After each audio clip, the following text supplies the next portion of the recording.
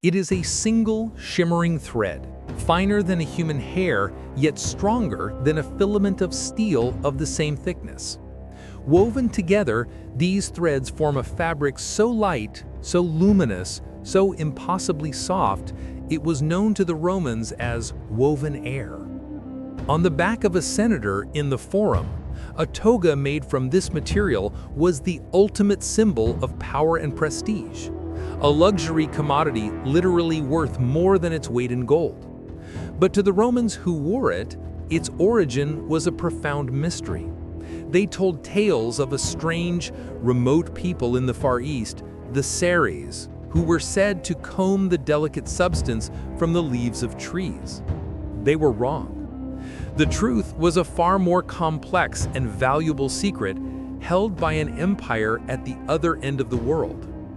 This documentary will investigate how that single, delicate thread, produced by a humble caterpillar in a kingdom shrouded in myth, became the central commodity in the most ambitious and transformative network of ancient trade in human history. We will reveal that this network was not born from a desire for profit, but from a desperate, high-stakes geopolitical gamble that would irrevocably connect the two halves of the planet and redefine the world. To understand the birth of the Silk Road, one must first envision the world of the 2nd century BC. A planet of two superpowers, twin titans of civilization, each utterly unaware of the other's existence. In the West, the Roman Republic was in its ascendancy, its legions relentlessly consolidating control over the entire Mediterranean basin, creating a single, vast political and economic sphere. In the Far East, the Han Dynasty of China presided over a unified empire of breathtaking scale and sophistication, a centralized state with a massive population, advanced technology, and a profound sense of its own cultural superiority. Between these two great poles of human civilization lay thousands of miles of the world's most forbidding terrain. The endless steppes of Central Asia, the lethal expanse of the Taklamakan Desert, and the crushing mountain barriers of the Pamirs and Himalayas. They were two separate worlds. But the world of the Han was not at peace. Its northern frontier was a bleeding wound, a source of constant terror and economic drain. The threat came from a powerful and highly mobile confederation of nomadic tribes known as the Xiongnu. These were the masters of the steppe, a nation on horseback. Their lightning-fast cavalry archers could raid deep into Chinese territory, pillaging settlements and slaughtering populations before vanishing back into the vast open grasslands. For decades, the Han emperors had tried to appease them with a humiliating policy of tribute, sending vast quantities of silk, grain, and even Chinese princesses to the Xiongnu chieftains in a desperate attempt to buy peace. It was a strategy that was both ruinously expensive and utterly ineffective. This existential crisis fell to one of China's most ambitious and powerful rulers, the Emperor Wu of Han. Ascending to the throne in 141 BC, he was a man of immense vision and resolve, and he was unwilling to continue the policy of appeasement. He sought a permanent solution, a strategic masterstroke that would break the power of the Xiongnu once and for all. His great gamble was not to build higher walls, but to seek allies. From captured nomads, he had heard vague rumors of other settled peoples who lived in the mysterious lands far to the west, tribes who had also been defeated and displaced by the Xiongnu. The emperor's wager was this: if he could forge an alliance with these distant peoples, he could create a grand coalition to outflank the Xiongnu and crush them in a two-front war. It was with this singular military objective in mind that in 138 BC, Emperor Wu dispatched his envoy, a courtier of incredible courage and fortitude named Zhang Qian, on a perilous mission into the unknown. This was not a trade delegation, it was a diplomatic and military expedition. Its goal was intelligence and alliances, not commerce. The story of Zhang Qian's epic decade-long odyssey of capture, escape, and relentless exploration is the true origin story of the Silk Road. For while his mission would fail in its primary diplomatic objective, he would return with something far more valuable: information. He brought back the first reliable, eyewitness accounts of the sophisticated, urbanized kingdoms of Central Asia, of Persia, and of a great, powerful empire that lay even further to the west. And he brought back news of their magnificent, sweat-blooded, heavenly horses, a strategic military asset that the emperor desired above all else. This intelligence was the spark. The emperor's initial military gamble, though it failed, revealed an unprecedented economic opportunity. It pulled back the curtain on a new world, a world hungry for the goods that only China could produce. This investigation will follow the consequences of that revelation. We will uncover the secrets of China's silk technology, the engine that would drive this new economy. We will follow the first armed caravans as they pushed westwards, not just to trade, but to project imperial power. We will meet the great middlemen, the Parthians and Sogdians, who controlled the arteries of this network. And we will explore the profound, world-changing legacy of this connection, an irreversible exchange not just of silk for gold, but of technologies, cultures, religions, diseases, and ideas that would forever bind the destinies of the East and the West. Before the first camel caravan could take its first step into the western deserts, before a single coin could be exchanged, the entire economic justification for the Silk Road rested on a single, fragile, and almost miraculous substance: silk. To the civilizations of the West, it was a material of pure myth, a fabric spun from the sun and air. But in China, it was the product of a complex and highly sophisticated agricultural technology known as sericulture, a process so valuable, so central to the nation's economy, that its secrets were guarded for millennia on pain of death. This was not just a textile, it was China's first and greatest technological monopoly, a state secret that would provide the immense financial energy to power the world's most ambitious network of ancient trade. The source of this incredible material was a creature of almost absurd humility, the larva of the domestic silk moth, Bombyx mori.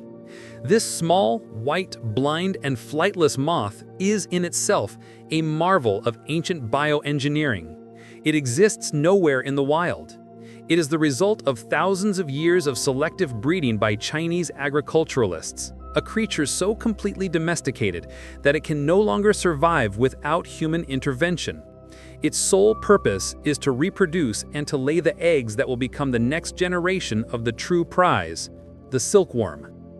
The worm's own purpose is singular: to eat. For about a month, it does nothing but feast upon the leaves of its own highly specialized food source, the white mulberry tree. This intimate, symbiotic relationship between moth, worm, and tree was the first and most difficult barrier to entry for any would-be competitor. Without the right tree, you could not have the right worm. After growing to its maximum size, the silkworm begins the magical process of spinning its cocoon. From two glands on its head, it secretes a continuous, unbroken filament of a protein called fibrin, which is held together by a gummy binding agent called sericin. Over the course of several days, the worm encases itself in this filament, spinning a protective home in which to pupate. The final result is a small, white, fluffy oval, a marvel of natural engineering.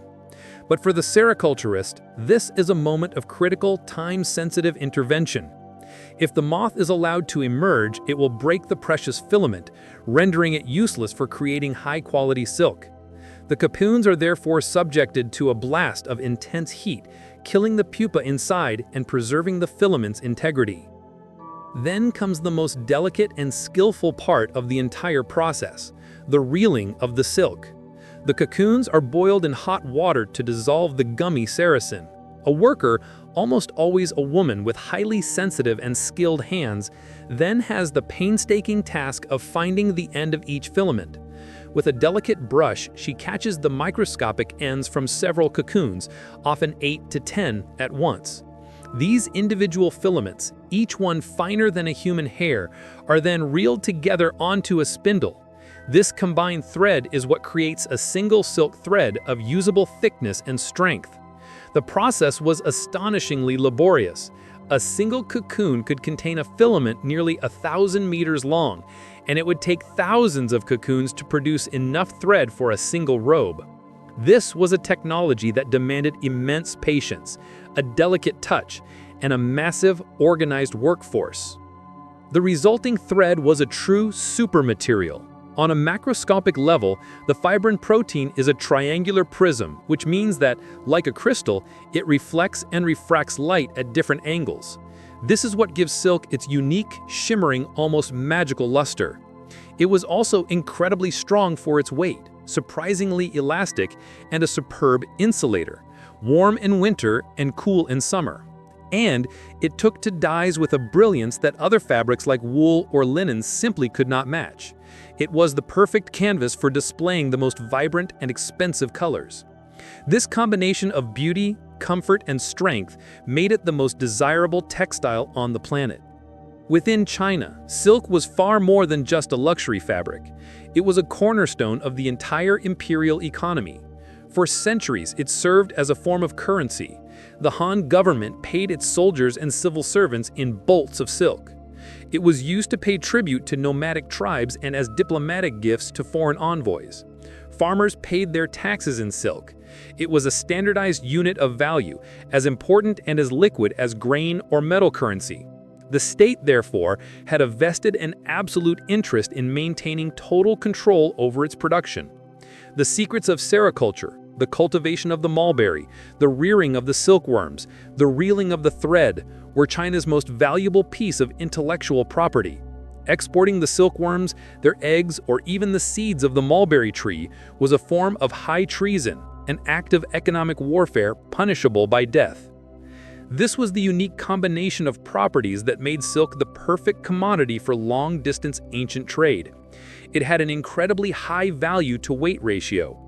A single camel, which could carry hundreds of pounds of cargo, could transport a fortune in silk, a value that would have required tons of a less precious commodity like grain. It was durable, not prone to spoilage, and universally desired by the elites of any culture that encountered it. The Han court understood this perfectly. Their technological monopoly was a strategic asset of immense power.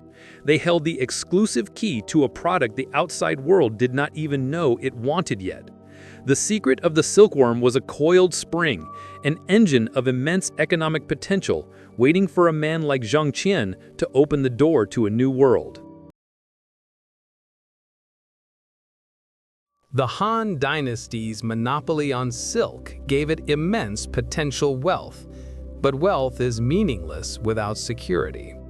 Along the vast, undefined northern frontier of the Chinese Empire, a rival power was taking shape. A power whose entire way of life and military doctrine posed an existential threat to the Han world order. They were the Xiongnu, a vast and powerful confederation of nomadic tribes who roamed the great Eurasian steppe. To the settled agricultural and bureaucratic Chinese, the Xiongnu were the ultimate other, the quintessential barbarians.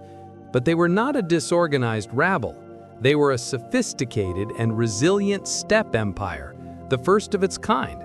And their mastery of mobile warfare presented a strategic challenge that would consume the resources and define the foreign policy of the Han Dynasty for centuries. It was the desperate need to solve the Xiongnu problem that would, inadvertently, lead to the creation of the Silk Road. The Xiongnu were a nation on horseback. Their society was perfectly adapted to the harsh, unforgiving environment of the Great Steppe, a vast, semi-arid grassland that was unsuitable for large-scale agriculture. Their wealth was not in land, but in livestock. Great herds of horses, sheep, and cattle that they moved from pasture to pasture in a constant seasonal migration.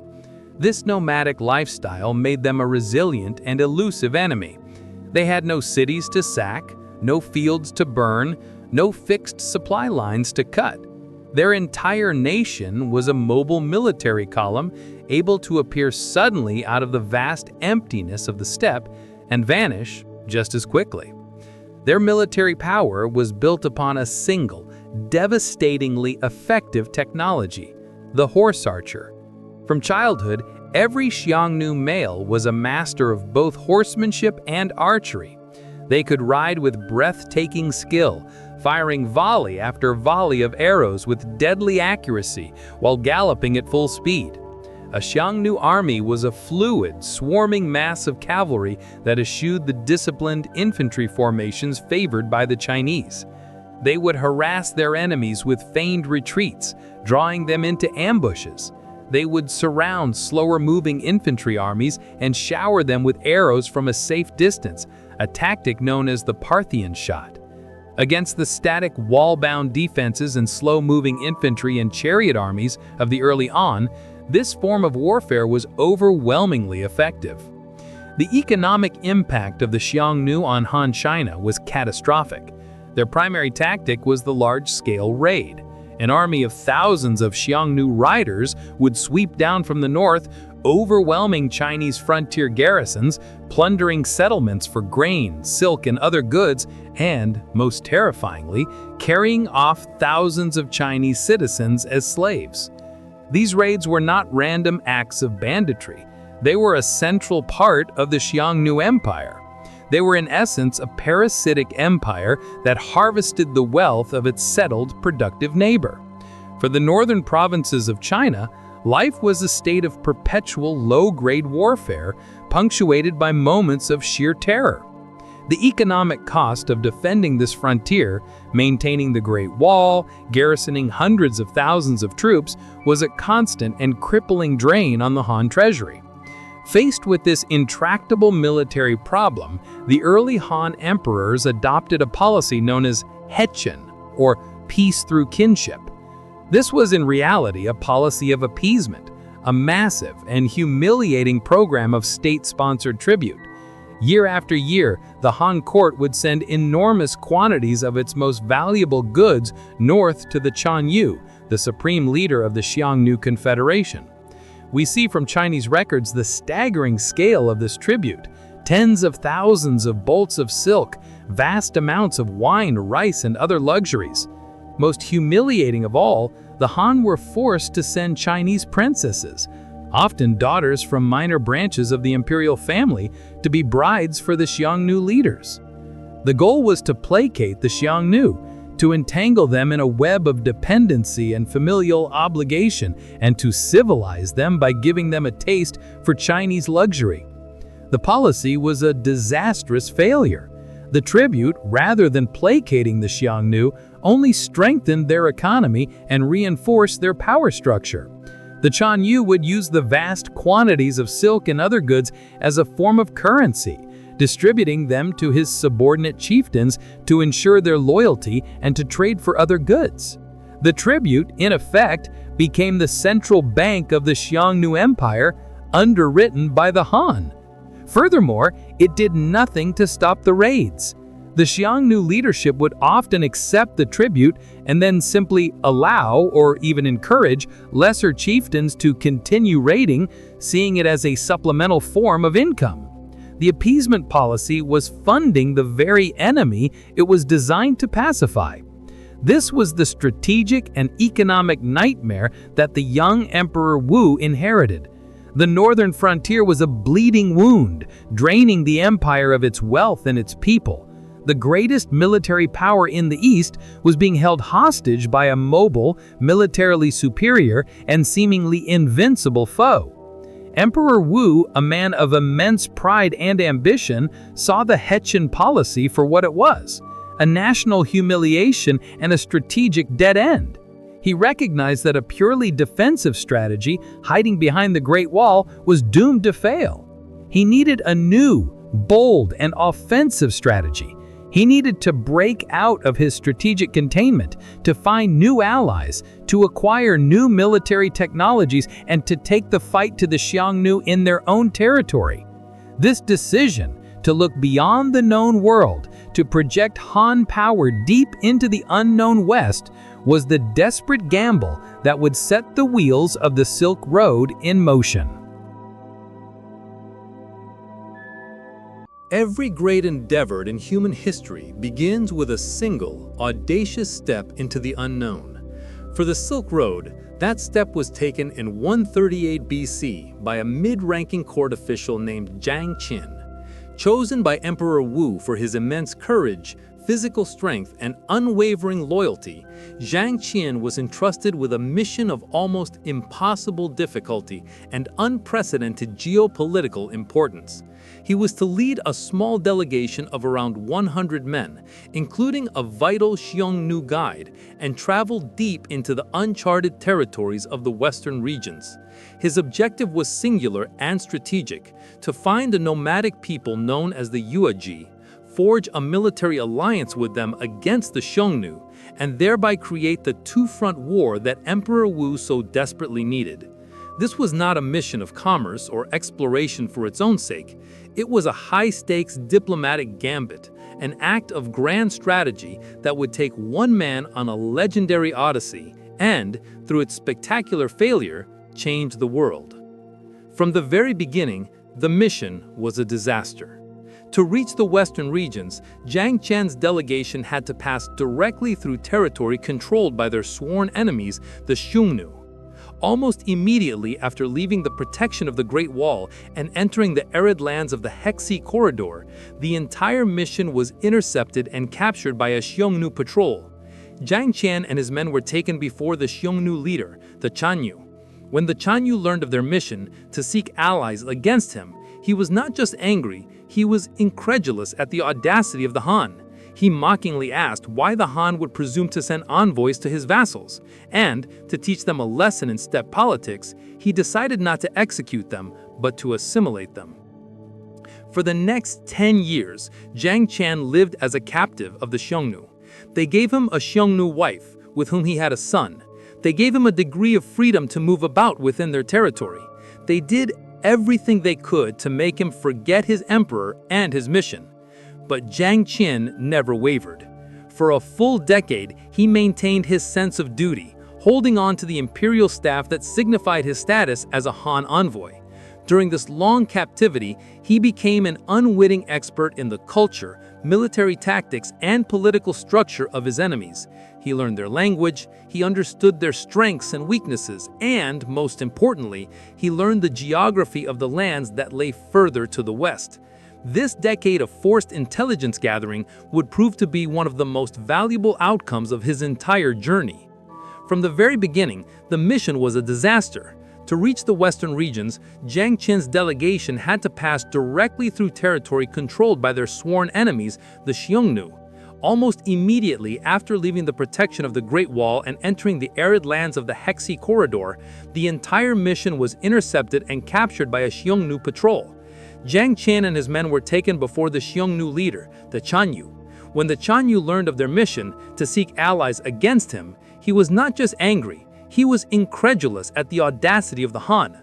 He mockingly asked why the Han would presume to send envoys to his vassals, and, to teach them a lesson in steppe politics, he decided not to execute them, but to assimilate them. For the next 10 years, Zhang Qian lived as a captive of the Xiongnu. They gave him a Xiongnu wife, with whom he had a son. They gave him a degree of freedom to move about within their territory. They did everything they could to make him forget his emperor and his mission. But Zhang Qian never wavered. For a full decade, he maintained his sense of duty, holding on to the imperial staff that signified his status as a Han envoy. During this long captivity, he became an unwitting expert in the culture, military tactics, and political structure of his enemies. He learned their language, he understood their strengths and weaknesses, and, most importantly, he learned the geography of the lands that lay further to the west.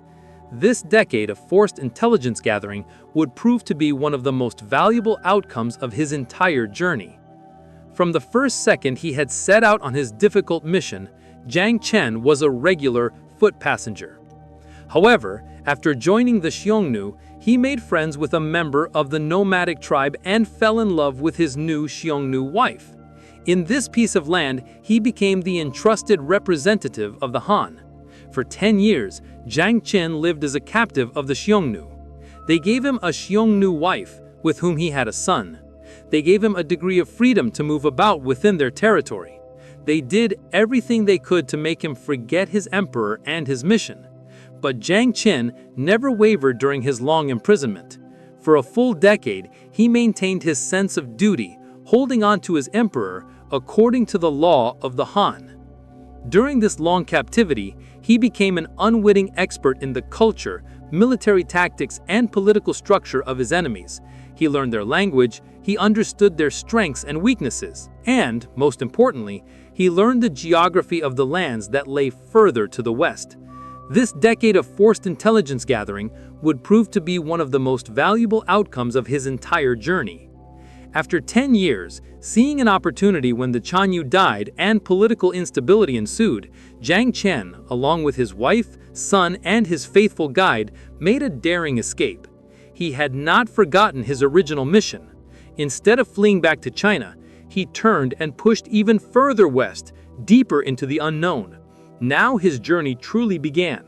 Following the old rumors, he traveled past the great, salt-encrusted basin of Lop Nur and around the terrifying, life-sapping expanse of the Taklamakan Desert, one of the most hostile environments on the planet.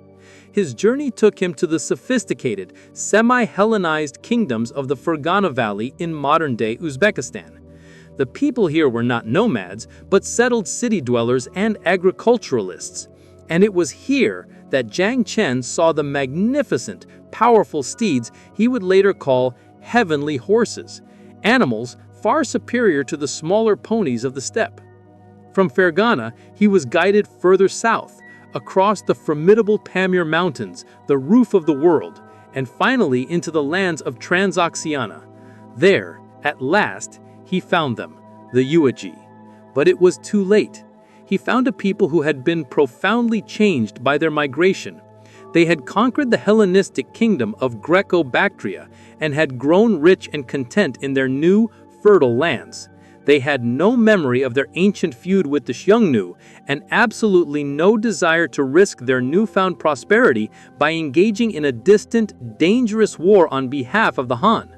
Zhang Qian's diplomatic mission, the entire purpose of his epic journey, had failed. Disheartened, he began the long journey home. He once again had to cross the territory of the Xiongnu, and once again he was captured. This time his captivity only lasted a year before another bout of internal chaos among the Xiongnu allowed him to escape for a second time. In 125 BC, 13 years after he had set out, Zhang Qian finally returned to the Han capital of Chang'an. Of the 100 men who had left him, only he and his guide remained. He was hailed as a hero, a man whose loyalty and perseverance were held up as the ultimate embodiment of Confucian virtue. But his true contribution was the report he delivered to Emperor Wu. It was a document that would fundamentally alter China's perception of the world. He provided the first accurate, detailed eyewitness intelligence on the geography, peoples, and economies of Central Asia. He spoke of the urbanized rivalization of Fergana, Daiwan, with its heavenly horses. He described the rich lands of Bactria, Dacia, where he had, to his astonishment, seen Chinese bamboo and cloth for sale, products that had arrived there not from the east, but through a mysterious and convoluted trade route via India, Shendu. He spoke of the powerful Parthian Empire, Anshi, that lay even further west, and he had even heard rumors of another great, silver-rich empire beyond them, a land called Lijian, the first faint whisper of Rome to reach the ears of the Han court. Zhang Qian had failed to find an ally, but he had returned with something infinitely more valuable, a map of a new world filled with sophisticated kingdoms, immense resources, and an almost limitless potential for a new kind of engagement. He had brought back the business plan for the Silk Road. Zhang Qian's report was a revelation, a complete redrawing of the mental map of the world for the Han court. But amidst all the tales of prosperous kingdoms and strange new cultures, one piece of intelligence electrified Emperor Wu above all others: the account of the magnificent horses of the Fergana Valley. The Chinese called them Tianma, or heavenly horses.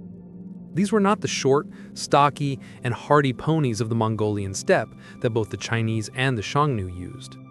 The horses of Fergana, likely descendants of the best Persian and Greco-Bactrian stock, were large, powerful, and famously known to sweat blood. A phenomenon likely caused by a skin parasite, but which, to the ancient mind, was a sign of immense, almost divine spirit and stamina. Emperor Wu, a man locked in a generational struggle with the Xiongnu cavalry, immediately recognized the immense strategic value of these animals. They were a potential superweapon. An army of Chinese cavalry mounted on such steeds could, for the first time, meet the Xiongnu on their own terms, matching their speed, strength, and endurance. The acquisition of these horses became an imperial obsession, the first great foreign policy objective of the newly opened West. The first major transaction on what would become the Silk Road was not to be a peaceful trade, but a hostile takeover. Initially, Emperor Wu attempted to acquire the horses through diplomatic and commercial means. He dispatched a series of envoys to the Kingdom of Fergana, which the Chinese called Dayuan. These envoys carried with them lavish gifts, including a famous golden horse statue, and a standing offer to purchase the finest breeding stock for an immense price. But the king of Dayuan refused. He already had a comfortable and profitable economy trading with his neighbors in Bactria and Sogdia. He saw no reason to give away his kingdom's most prized strategic and economic asset to a powerful, unknown empire from the distant east. In an act of profound arrogance and miscalculation, the Dayuan nobles not only refused the offer, but they also killed the Han envoy and seized his treasure. For Emperor Wu, this was an intolerable insult that could not go unanswered. It was a direct challenge to the authority and prestige of the Han Empire. More than that, it was a barrier to the military upgrade he deemed essential for his war against the Xiongnu. If the heavenly horses could not be bought, they would be taken by force. In 104 BC, he ordered one of the most ambitious and logistically nightmarish military campaigns in ancient history.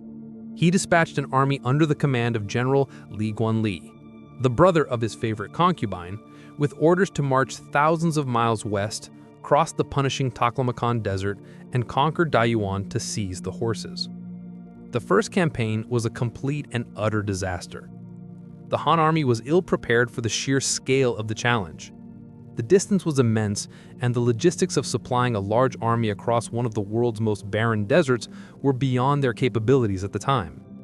The small oasis kingdoms along the southern rim of the desert, fearing the Han army's passage, refused to provide them with food and water. The army was decimated by starvation, thirst, and exhaustion long before it even reached Dayuan. General Li Guanli was forced into a humiliating retreat, returning to China with only a fraction of his original force. The first attempt by a Chinese army to project power deep into Central Asia had failed catastrophically. But Emperor Wu was not a man to be deterred by a single failure. The defeat only strengthened his resolve. The strategic necessity of the horses, combined with the need to restore the empire's honor, led him to double down on his gamble. In 102 BC, he launched a second, far larger and better organized expedition. This time, the army numbered some 60,000 soldiers and was accompanied by an enormous 100,000-strong supply train of oxen, donkeys, and camels. It was a brute force solution to a logistical problem. The army was a slow-moving city, carrying its own sustenance with it. Furthermore, Emperor Wu used a big-stick diplomacy with the oasis kingdoms along the route. Any settlement that refused to supply the army was immediately attacked and destroyed. Its resources were seized. This brutal but effective strategy ensured the army reached Dayuan with its strength largely intact. This time, the Han army was unstoppable.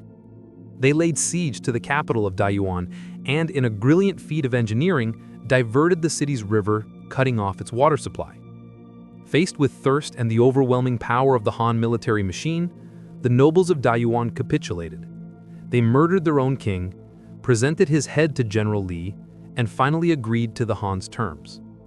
The Chinese seized several dozen of the finest heavenly horses for breeding, and a further 3,000 of the best cavalry mounts. The war was over. The War of the Heavenly Horses was a pivotal moment in the history of the Silk Road. It was an act of immense, almost reckless imperial will. The Han Dynasty had proven its ability to project military power thousands of miles from its homeland, a stunning announcement of its arrival as a new superpower in the geopolitical landscape of Central Asia. The oasis kingdoms along the route were now cowed into submission, becoming vassal states that would serve as the crucial, supply-giving nodes of the future trade route. The road to the west, which had been explored by a diplomat, had now been definitively opened by an army.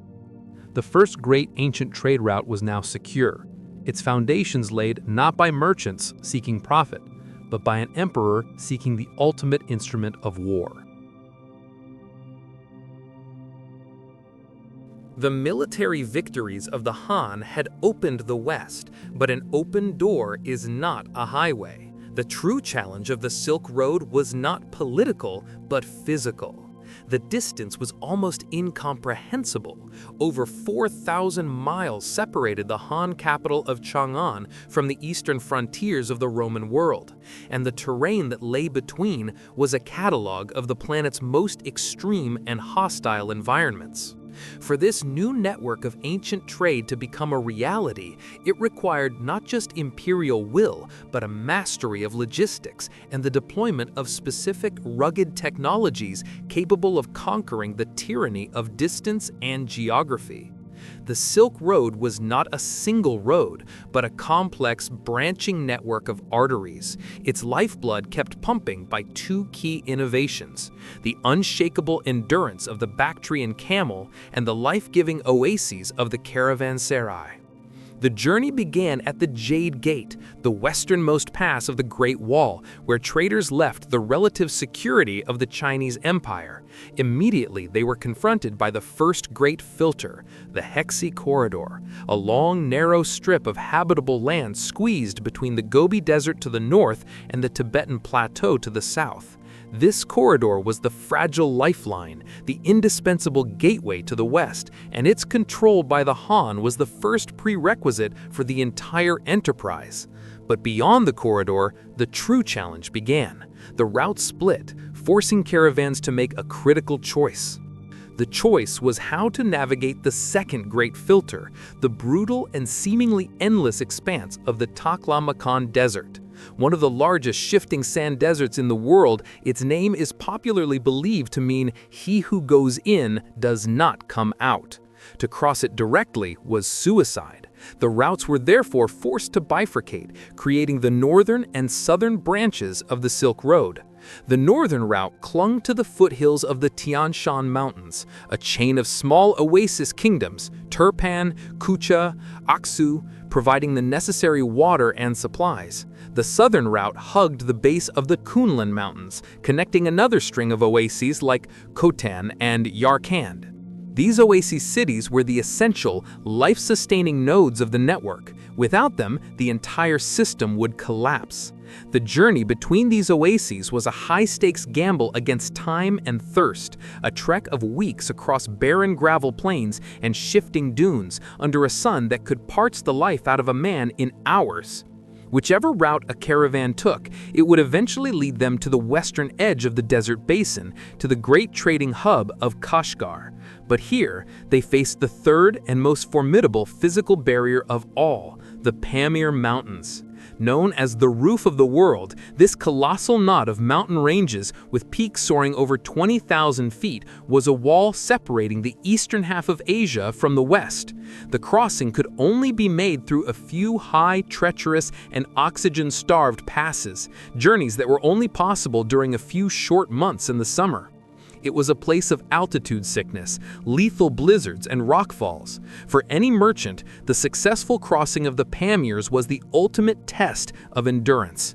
Once on the other side, they would descend into the greener, more hospitable lands of Sogdia and Bactria, the great crossroads of the Silk Road.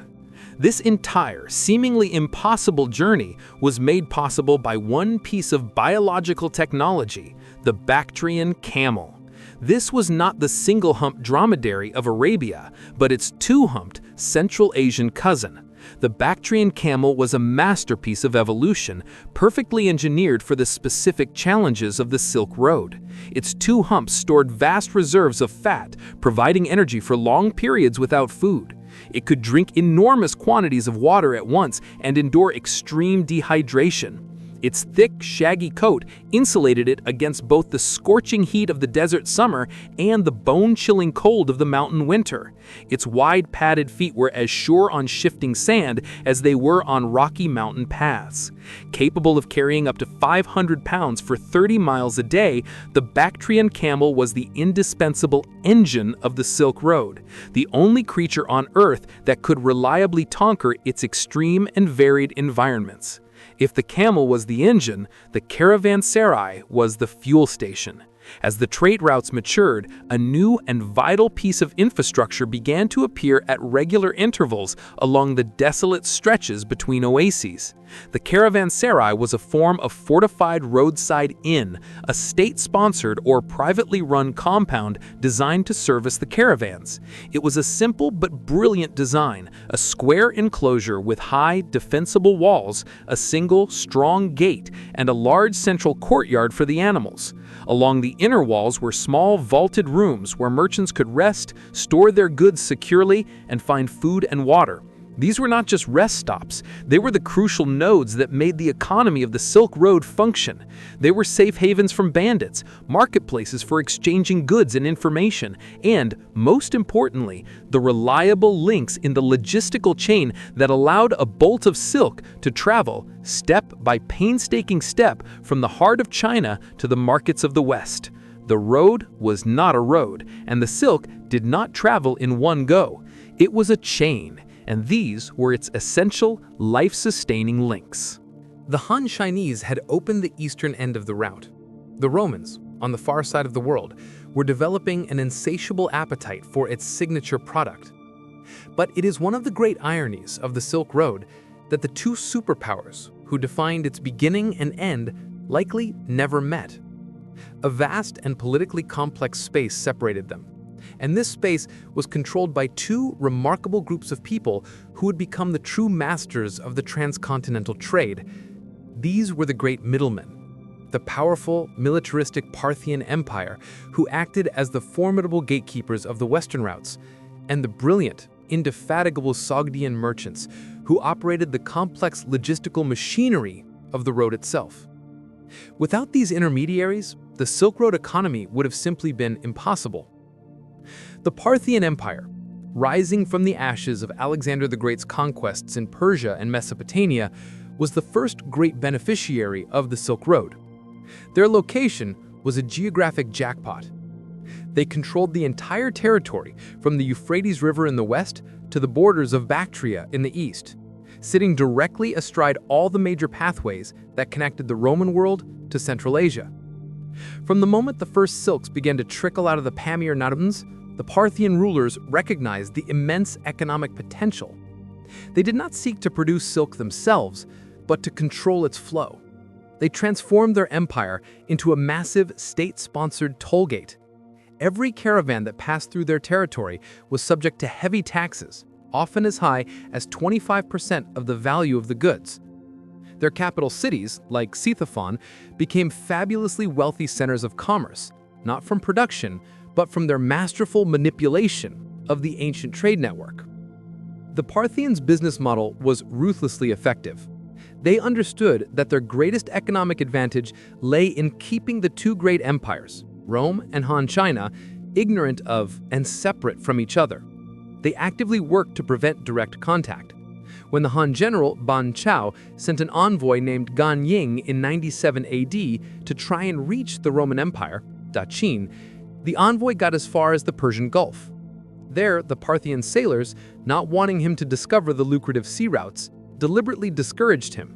They told him tales of a vast and perilous sea, of a journey that could take 2 years, and of a strange sickness that would surely kill any man who attempted it. The terrified Gan Ying turned back, reporting to the Han court that the Western Empire was simply unreachable. It was a masterpiece of industrial disinformation. By controlling both the physical routes and the flow of information, the Parthian Empire ensured that all goods traveling between East and West had to pass through their hands and be taxed by their officials, cementing their position as the indispensable and incredibly wealthy gatekeepers of the world. If the Parthians were the gatekeepers, the Sogdians were the engine. Hailing from the fertile valleys around the great cities of Samarkand and Bukhara in modern-day Uzbekistan and Tajikistan, the Sogdians were a people seemingly born for commerce. Their homeland, Sogdia, was the great crossroads of Central Asia, the natural meeting point for the routes coming out of China, India, Persia, and the northern steppes. They were not a great military empire like the Parthians, but they became the undisputed masters of the caravan trade itself. For nearly 1,000 years, the Sogdians were the primary merchants, transporters, and financiers of the Silk Road. The Sogdian genius was in logistics and networking. They established a vast diaspora of merchant colonies at key oases and cities all along the routes, from the borders of China to the markets of Persia.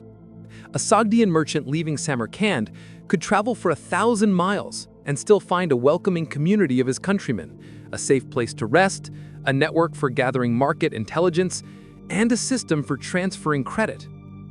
They were the masters of the multilingual, multicultural environment of the Silk Road.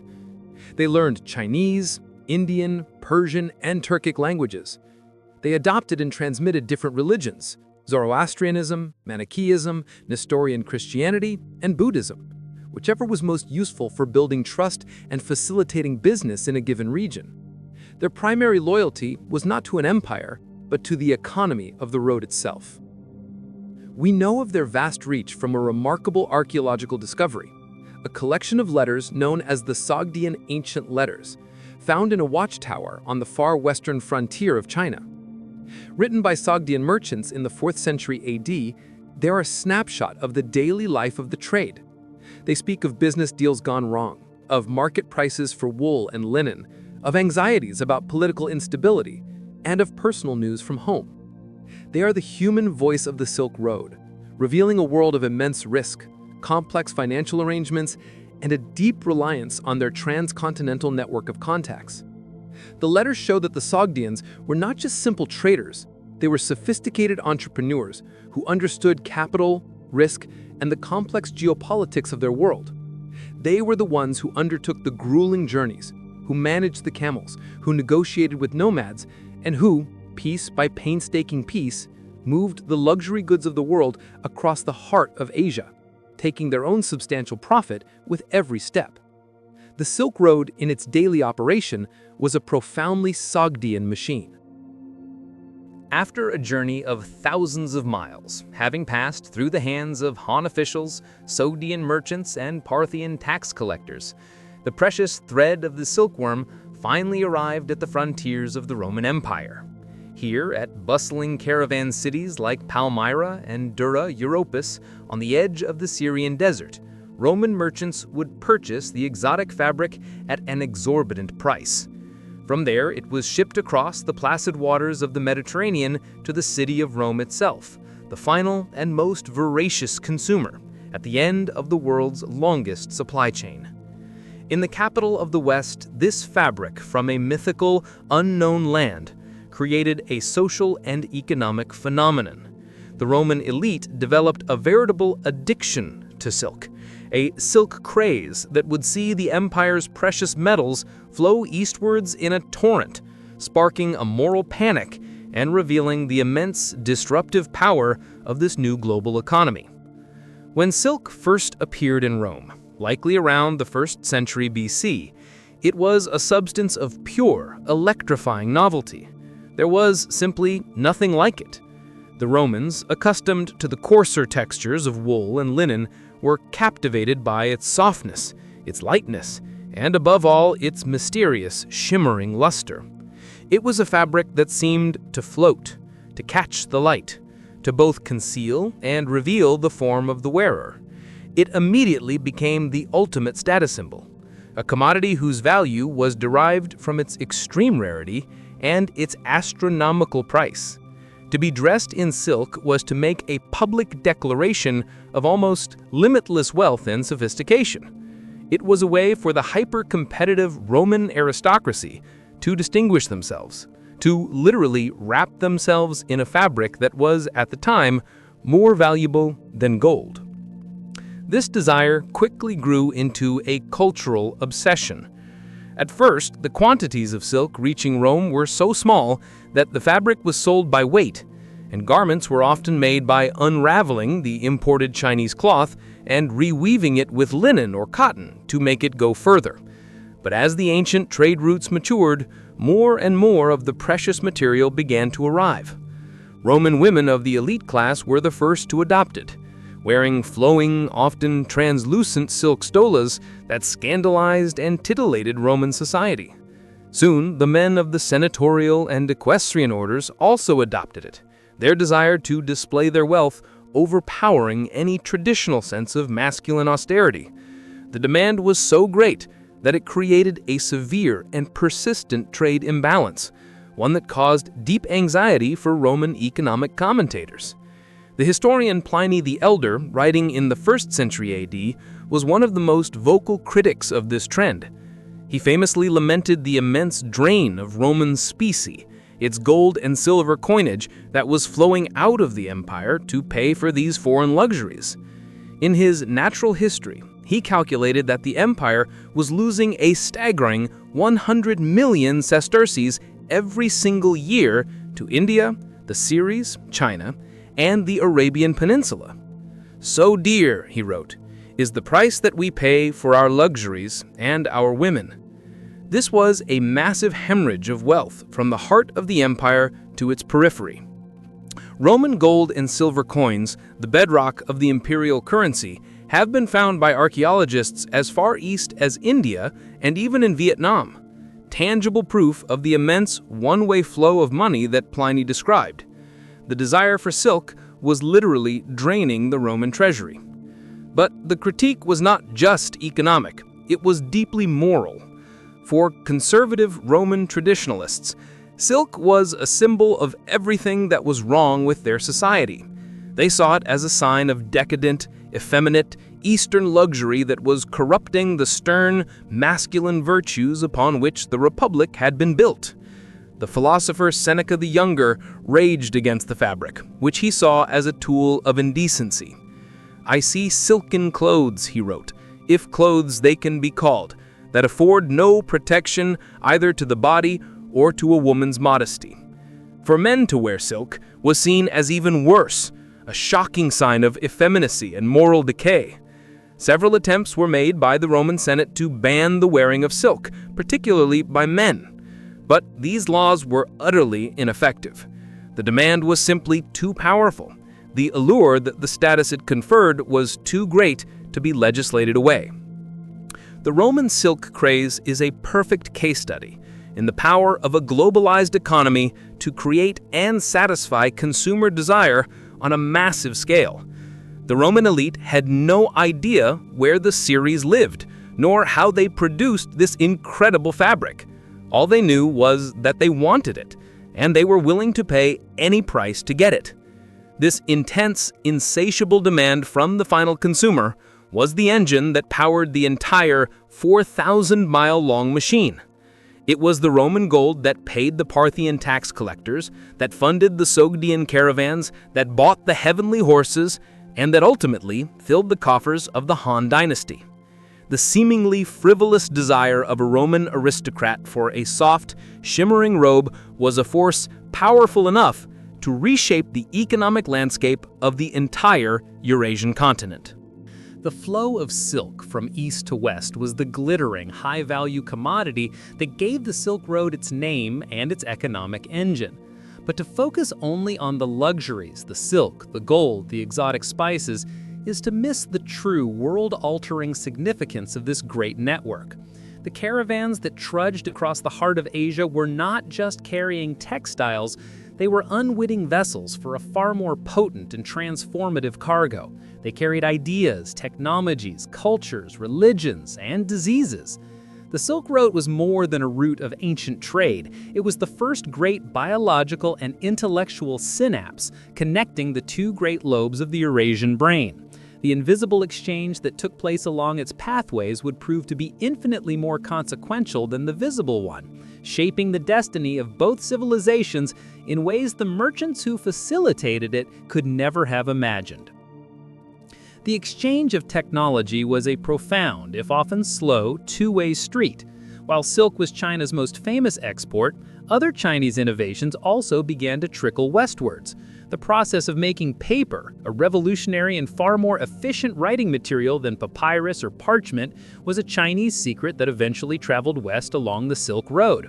Its transmission accelerated after a battle in the 8th century AD when Muslim armies captured Chinese paper makers.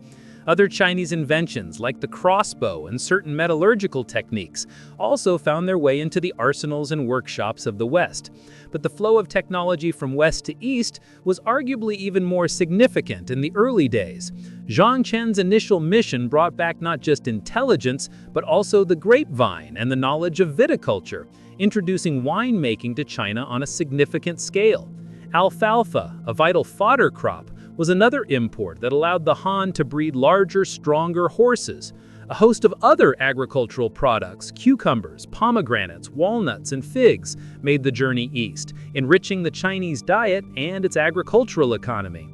Perhaps the most significant Western technology to arrive in China was the art of glass making. While China had a form of glass, the Romans had perfected the art of creating clear, blown glass. This technology traveled east along the trade routes, creating a new and highly prized luxury industry within China. The Silk Road was also a conduit for art. As cultures collided and mingled in the oasis cities of Central Asia, a vibrant and unique artistic syncretism was born. Greek and Roman artistic conventions, left behind in the wake of Alexander the Great's conquests, fused with Indian and Chinese styles. We see this beautifully in the art of the Kushan Empire, a powerful kingdom that arose in Central Asia and became a key player in the Silk Road trade. Their sculptures from the region of Gandhara depict Buddhist subjects and bodhisattvas, but their faces, their clothing, and their sculptural style are unmistakably Hellenistic. It is a perfect, beautiful fusion of East and West, an artistic conversation made possible only by the constant interaction facilitated by the trade routes. But the most powerful idea to travel the Silk Road was faith. In the first centuries of the Common Era, the network became the primary artery for the transmission of one of the world's great religions, Buddhism. Originating in India, Buddhist teachings and missionaries traveled north into Central Asia and then followed the caravan routes eastwards into the heart of Han China. The merchants and monks who made this journey brought with them not just scriptures, but also art, philosophy, and a new way of understanding the world. At first a religion of foreign merchants in the oasis cities, Buddhism slowly but surely gained a foothold in China, eventually growing to become one of the most powerful and enduring spiritual forces in Chinese civilization. The magnificent Buddhist cave complexes that dot the Silk Road, like the Mogao Caves at Dunhuang, filled with breathtaking frescoes and sculptures, are a testament to the power of this spiritual transmission. They were sacred art galleries and libraries, funded by the profits of the caravan trade, built to sustain the spiritual needs of the travelers who passed that way. Later, other faiths would follow the same paths. Nestorian Christianity, Manichaeism, and eventually Islam would all travel along these routes, turning the cities of Central Asia into a dynamic, cosmopolitan melting pot of different beliefs. However, the biological exchange was not always benign. The same pathways that carried silk and salvation also carried sickness and death. Just as the Silk Road connected the great population centers of the ancient world, it also connected their previously isolated disease pools. Historical epidemiologists now believe that the devastating plague of Antonine that ravaged the Roman Empire in the 2nd century AD, killing millions and severely weakening the state, may have been an ancient form of smallpox that was brought back from the east by returning armies who had campaigned near Parthia. Similarly, devastating plagues recorded in Han China may have been Western diseases traveling east.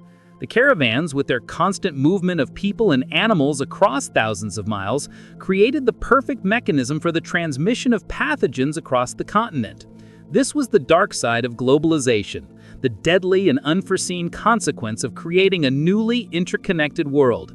The Silk Road was not just an engine of wealth and cultural fusion, it was a vector for pandemic disease, a force that could depopulate the very empires it had so greatly enriched.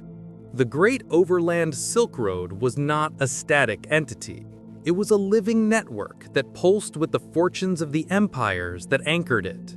For centuries, during the height of the Han in the east and the Pax Romana in the west, the trade flourished, protected by the stability of these two great powers. But as these empires began to fragment and decline, the land routes became increasingly precarious. The long decline of the Overland Silk Road was a slow and complex process, driven by political instability, but its fate was ultimately sealed by the rise of a new and more efficient competitor, the Maritime Silk Road. This was not a story of sudden collapse, but of a fundamental economic shift, a pivot from the camel to the cargo ship, a technological disruption that would reroute the flow of global commerce and redefine the connection between East and West. The first major shock to the system was the political fragmentation of China. After the fall of the Han Dynasty in 220 AD, China entered a long period of division and civil war, the Three Kingdoms period. Without a strong, centralized state to police the routes, protect the caravans, and manage the production of silk, the eastern end of the trade became less stable and less reliable. While the trade never completely stopped, the desire for luxury goods is a powerful constant. Its volume and security were severely compromised. A brief but glorious revival occurred under the Tang Dynasty from the 7th to the 9th centuries AD. The Tang re-established control over the western regions, and their magnificent cosmopolitan capital at Chang'an became the greatest city on earth, a vibrant terminus for the Silk Road that welcomed merchants, monks, and emissaries from across the continent. But this golden age was not to last. The An Lushan rebellion in the mid-8th century AD shattered the power of the Tang, and China once again lost its grip on Central Asia, leaving the land routes in the hands of a chaotic patchwork of rival kingdoms and nomadic tribes. This political instability in the East was mirrored by chaos in the West. The rise of Islam and the conquests of the Arab caliphates in the 7th and 8th centuries fundamentally reshaped the geopolitical map. While the early caliphates often encouraged and taxed the trade, the constant warfare between the Islamic world and the Byzantine Empire, the successor to the Eastern Roman Empire, frequently disrupted the traditional overland pathways. More critically, the old middlemen, the Parthians, and later the Sasanians of Persia, were swept away. This created a new political reality for the merchants and caravans attempting to navigate the long journey. The old stable system of tolls and protection was replaced by a more volatile and unpredictable landscape. But the true fatal blow to the Overland Silk Road was not political, it was economic and technological. From the very earliest days, mariners had been exploring the sea routes that connected the Roman world to the east. The Romans in Egypt had mastered the monsoon winds of the Indian Ocean, allowing them to trade directly with the ports of India, bypassing the long and Parthian-controlled land route for spices and other goods. For centuries, these sea routes and the land routes had coexisted, two different systems serving different needs. But as naval technology improved, the economic advantages of the sea became overwhelmingly apparent. The simple fact was that sea travel was exponentially more efficient for bulk transport than a camel caravan. A single medium-sized cargo ship could carry a payload equivalent to what would require 1,000 camels to transport. This created an economy of scale that the overland route could never hope to match.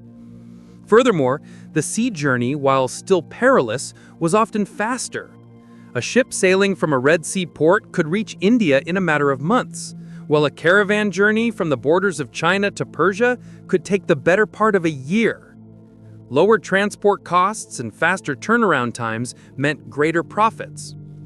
The economy of ancient trade was, as always, governed by the ruthless logic of efficiency.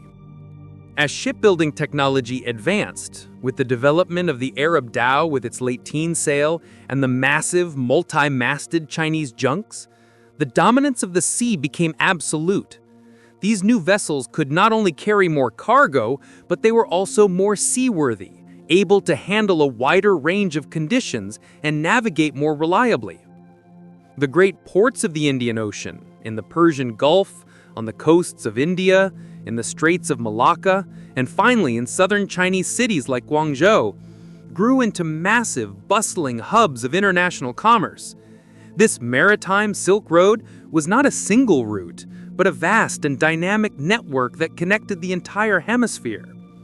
It could move not just high-value luxuries like silk and spices, but also bulk commodities like ceramics, timber, and grain, something the camel caravans could never do. By the end of the first millennium, the great age of the overland Silk Road was over. The oasis kingdoms of the Taklamakan, once the vital, life-sustaining jewels of the desert, slowly declined as the caravans that were their only reason for being dwindled to a trickle. The great caravan cities like Samarkand and Bukhara, while still important regional centers, lost their central role in the global economy. The world's commercial center of gravity had shifted from the arid heart of the continent to the open waters of the sea. The camel, the faithful, resilient engine of the first great age of globalization, had finally been rendered obsolete by the cargo ship. Our investigation began with a single shimmering thread of silk, a symbol of a mysterious and distant world. We sought to understand how this thread could weave together the destinies of the two great superpowers of the ancient world, Rome and China. Having journeyed from the closely guarded sericulture workshops of the Han Dynasty, across the brutal deserts and mountains of Central Asia, and into the opulent halls of Roman villas, the evidence compels a clear and powerful verdict. The Silk Road was not a preordained route of commerce born from a simple desire for profit. It was, in its genesis, a deliberate, state-sponsored geopolitical gamble by Han China, a desperate military strategy that failed in its initial objective, but succeeded in accidentally kickstarting the first great transcontinental economy. We have established that the entire enterprise was made possible by China's absolute technological monopoly on silk. This unique, high-value, and lightweight commodity was the perfect fuel for a long-distance trade, a state secret so valuable it provided the economic incentive for the entire network. We have shown that the catalyst for the road's creation was not greed, but fear. The existential threat posed by the powerful Xiongnu Empire forced Emperor Wu to look beyond his borders, sending his envoy, Zhang Qian, on a heroic 13-year odyssey. We can now definitively state that it was the intelligence from this failed diplomatic mission, the discovery of the urbanized kingdoms of the West and their superior heavenly horses, that provided the blueprint for China's westward expansion. Our investigation has demonstrated that the road was opened not by merchants, but by soldiers. The War of the Heavenly Horses was a brutal act of imperial power projection, a war fought 1,000 miles from home to secure a strategic resource and pacify the route for future engagement. This military action laid the physical and political foundations upon which all subsequent trade was built. We have deconstructed the machinery of the trade itself, identifying the key technologies, the indomitable Bactrian camel, and the life-sustaining caravanserai that made the journey possible.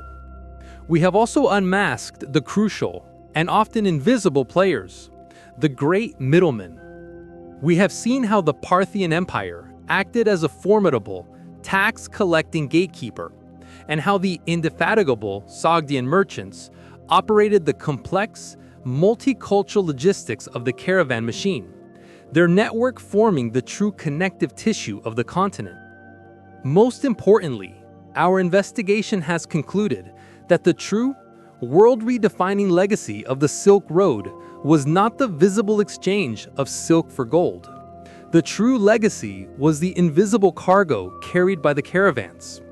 We have shown that the routes acted as the first great intercontinental conduit for the transmission of technology, art, agriculture, and most profoundly, religious belief, with Buddhism's journey eastward being the most transformative of all.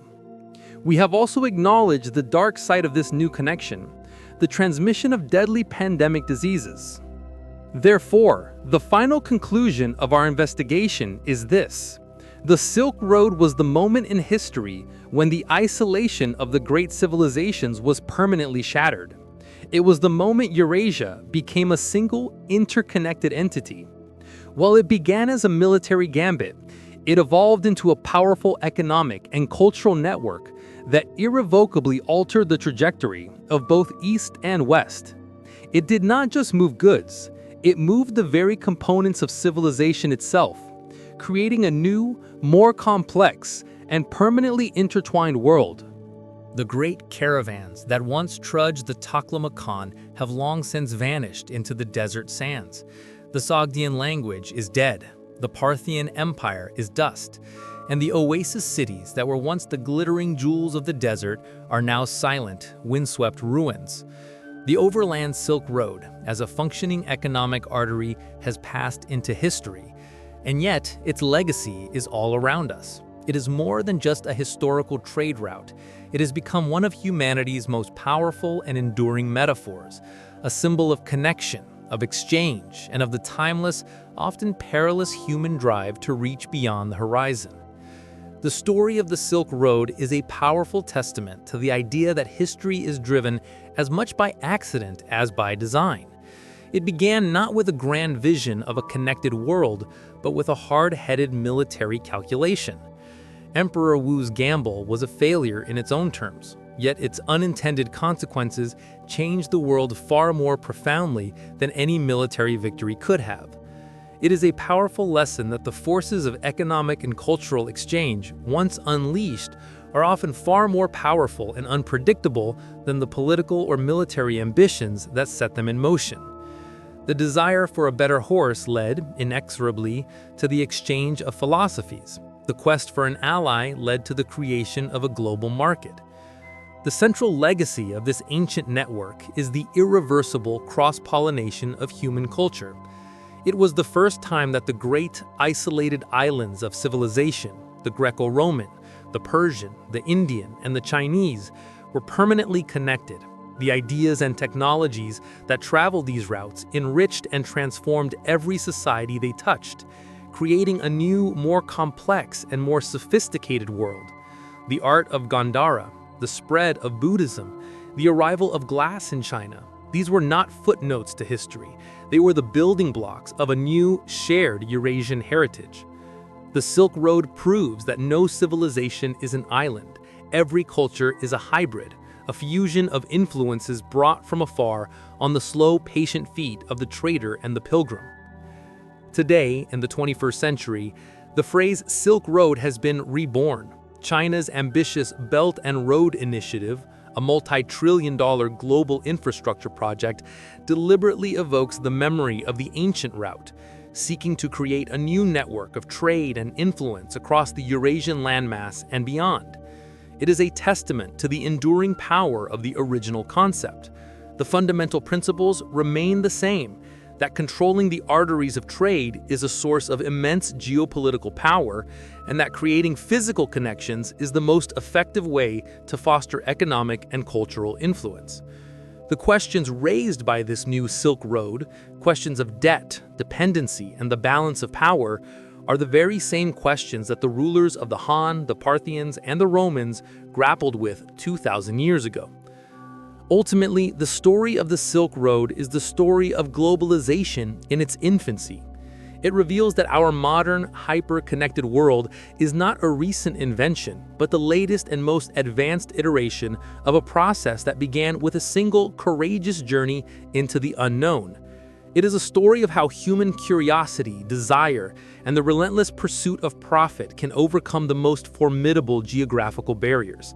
The roads themselves may fade, the empires may fall, and the commodities may change, but the fundamental human impulse to connect, to exchange, and to see what lies beyond the next mountain remains the most powerful and creative force in our shared history.